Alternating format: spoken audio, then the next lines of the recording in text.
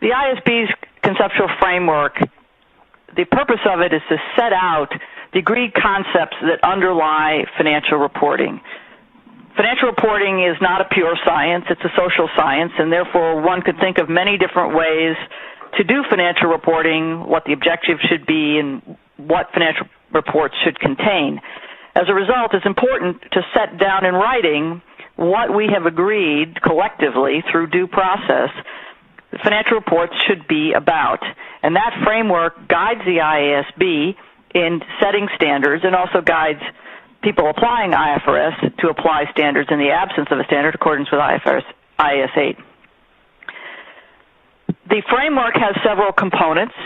First, and importantly, it sets out the objective of general purpose financial reporting, and I'll go into some of these in a bit more detail in a few minutes. It also outlines the qualitative characteristics of high-quality financial reporting information. What are the characteristics that we are striving to achieve for financial reporting information? What are the elements of financial statements? When do we think about recognizing an asset or a liability or an element of a financial statement? How do we measure them? And then once we do all of that, what are the concepts that underlie presentation and disclosure? All the concepts flow from the objective. So we begin with the objective of general purpose financial reporting, and all of the other concepts in the framework are designed to help meet that objective.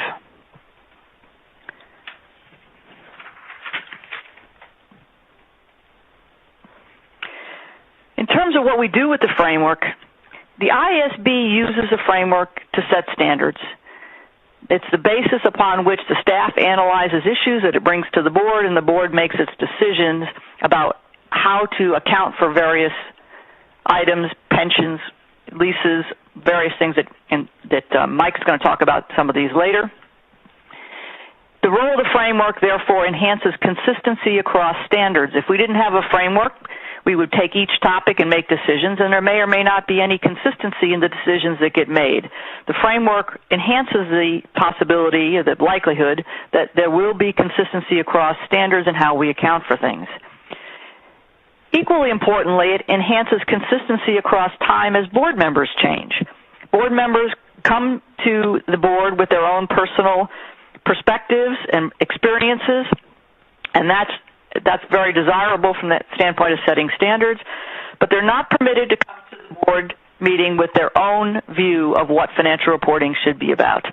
The board members are committed to following the conceptual framework and setting standards, and as a result, we don't have each board member with its own framework, so that as board members change, we run a high risk of changing standards simply because different board members have different views on what financial reporting should be about.